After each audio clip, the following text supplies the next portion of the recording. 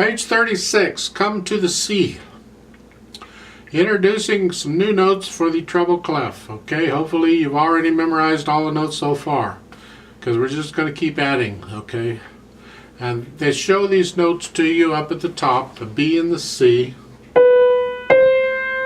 So now we've gone the full distance, an octave above and below middle C. We're spreading out. And I already explained octave to you in a previous video. It's from note to note, or letter to letter. Okay, C to C, D to D, G to G, whatever. That's an octave. It's an interval of an eighth. Okay, it's 1, 2, 3, 4, 5, 6, 7, 8. It's an octave, octave meaning 8. Otherwise, no big deal. They're pointing out an octave for you there in the line with a red arrow. Big deal. They're warning you about your fingering. So let's talk about the fingering a little bit. Looks like it's the trickiness is in the right hand, right? Because you're in C position. And then at the end of the first line, the last measure, you got to go up. Are you changing positions? Yes, you are. You're going to go into F position.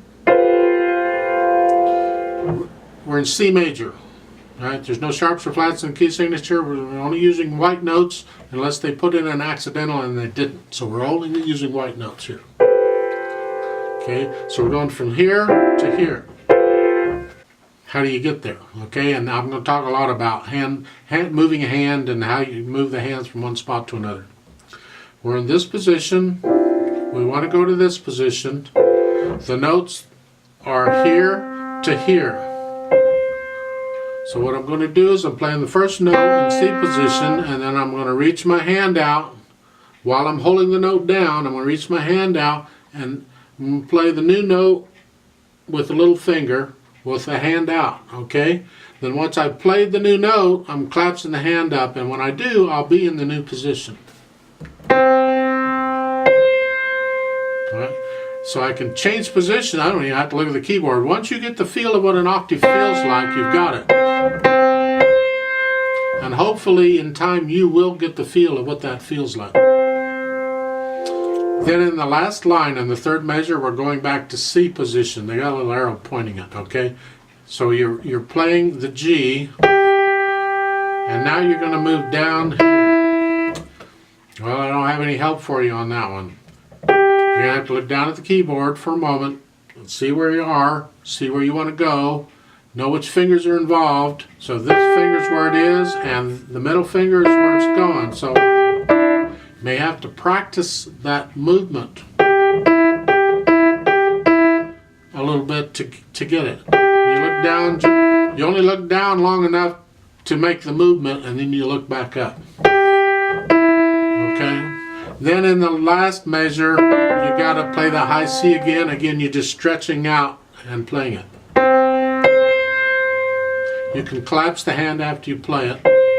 It's fine. That's how I recommend you do that. Left hand is straightforward. You don't have to worry about it. It's in C position. I think it stays there. Now there's a couple little tricky things to look out for here, and that is the ties. In the first line, you look at the third and fourth measures. You have C in the right hand. You're only going to play the first one. You're going to hold it down. But in the left hand, you got notes. In the third measure, you have E. The next measure, left hand plays that, but the right hand just holds it down. Okay? Just in the second line, on the second measure, you have a G. Dotted half note, it's tied to a quarter note. So you're going to hold that for 4 counts.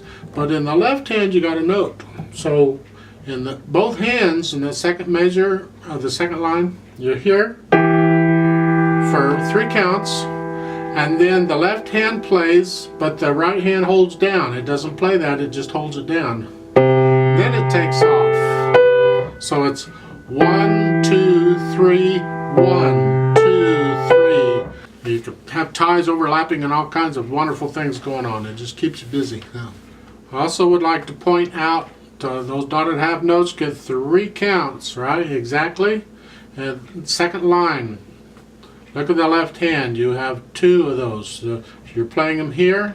So you you go 1, 1, 2, 3, 1, 2, 3, and then right when the right hand plays that C, I let the left hand up because it's done there, right?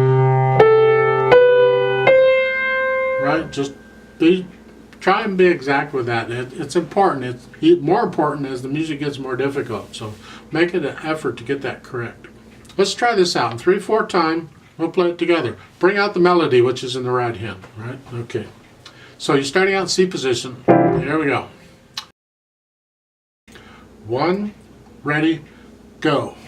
2, 3, 1, 2, 3, 1, 2, 3, 1,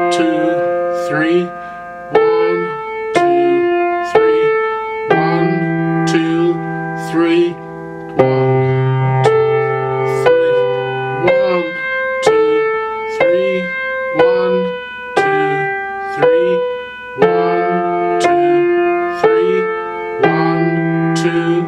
3, 2, 3, 1, 2, 3, 1, 2, 3, 1. Off. There is a duet for this too, so let's try it out and see what happens. You play what you just did and I'll do the duet part, or if you have somebody handy who plays, they can do the duet part. You can use the same keyboard because they're way down low. I'm going to give us 3 counts and then we'll come in together. So you're in C position. Here we go. 1, ready, go.